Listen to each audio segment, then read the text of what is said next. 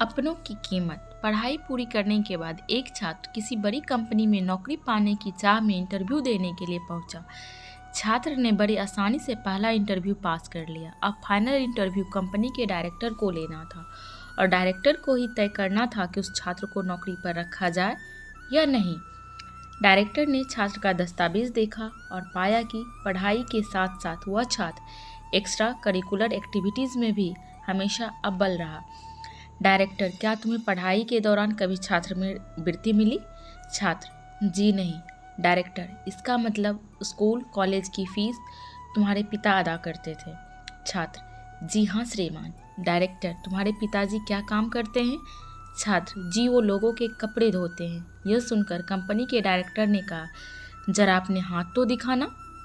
छात्र के हाथ रेशम की तरह मुलायम और नाजुक थे। डायरेक्टर, क्या तुमने कभी कपड़े धोने में अपने पिताजी की मदद की? छात्र, जी नहीं। मेरे पिता हमेशा ही चाहते थे कि मैं पढ़ाई करूं और ज़्यादा से ज़्यादा किताबें पढूं। हाँ, एक बात और, मेरे पिता बड़ी तेज़ी से कपड़े धोते हैं। डायरेक्टर, क्या मैं तुम्हें एक काम कर सकता हूँ? छात्र, जी आदेश कीजिए।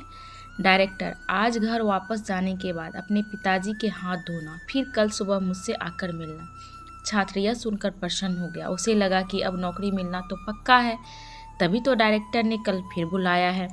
छात्र ने घर आकर खुशी खुशी अपने पिता को ये सारे बातें बताई और अपने हाथ दिखाने को कहा। पिता को थोड़ी हैरानी हुई, लेकिन फिर उसने अपने बेटे की इच्छा का मान करते हुए अपने दोनों हाथ उसके हाथों में दे दिए। छात्र ने पिता के हाथों को धीरे धीरे धोना शुरू किया। कुछ देर में ही हाथ धोने के साथ ही उसकी आंखों से आंसू भी झरझर बहने लगे। पिता के हाथ सख्त और जगह जगह कटे हुए थे, यहाँ तक कि जब भी वह कटे निशानों पर पानी डालता, चुभन का एहसास पिता के चेहरे पे साफ झलक जाता था। छात्र को जिंदगी में पहली बार एहसास हुआ कि ये वही हाथ हैं जो रोज़ लोगों के कपड़े धो धो कर उसके लिए अच्छे खाने, कपड़ों और स्कूल की फीस का इंतज़ाम करते थे। पिता के हाथ का हर छाला सबूत था उसके एकेडमिक करियर की एक एक कामयाबी का। पिता के हाथ धोने के बाद छात्र को पता ही नहीं चला कि उसने उस दिन के बचे हुए सारे कपड़े भी एक एक करके धो डाले। उसके पिता रोकते ही रह गए, लेकिन छात्र अपनी धुन में कपड़े धोता चला गया। उस रात बाप बेटे ने काफ़ी देर तक बातें की। अगली सुबह छात्र फिर नौकरी के लिए कंपनी के डायरेक्टर के ऑफिस में था। डायरेक्टर का सामना करते हुए छात्र की आंखें गीली थी। डायरेक्टर, तो फिर कैसा रहा कल घर पर? क्या तुम अपना अनुभव मेरे साथ शेयर करना पसंद करोगे?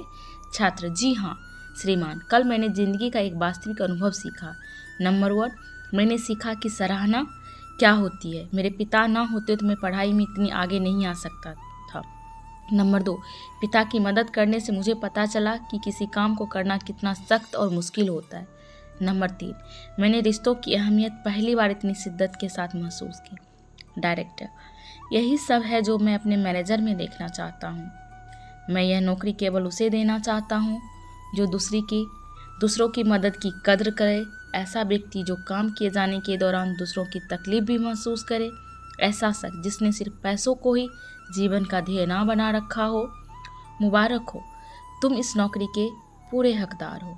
आप अपने बच्चों को बड़ा मकान दें, बढ़िया खाना दें, बड़ा टीवी, मोबाइल, कंप्यूटर सब कुछ दें, लेकिन साथ ही अपने बच्चों को ये अनुभव भी हासिल करने दें कि उन्हें पता चले कि घास काटते हुए कैसा लगता है। उन्हें भी अपने हाथों से ये काम करने दें। खाने के बाद कभी बर्तनों को धोने का अनुभव भी अपने साथ घर के सब बच्चों को मिलकर करने दें।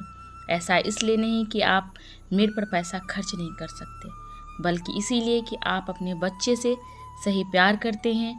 आप उन्हें समझाते हैं कि पिता कितने भी अमीर क्यों ना हो, एक दिन उनके बाल सफ़ेद होने ही हैं।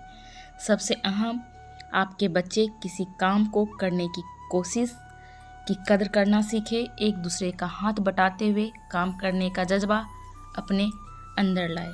उम्मीद करती हूँ बाकी कहानी की तरह भी इस कहानी से आपको सीख मिलेगी। धन्यवाद।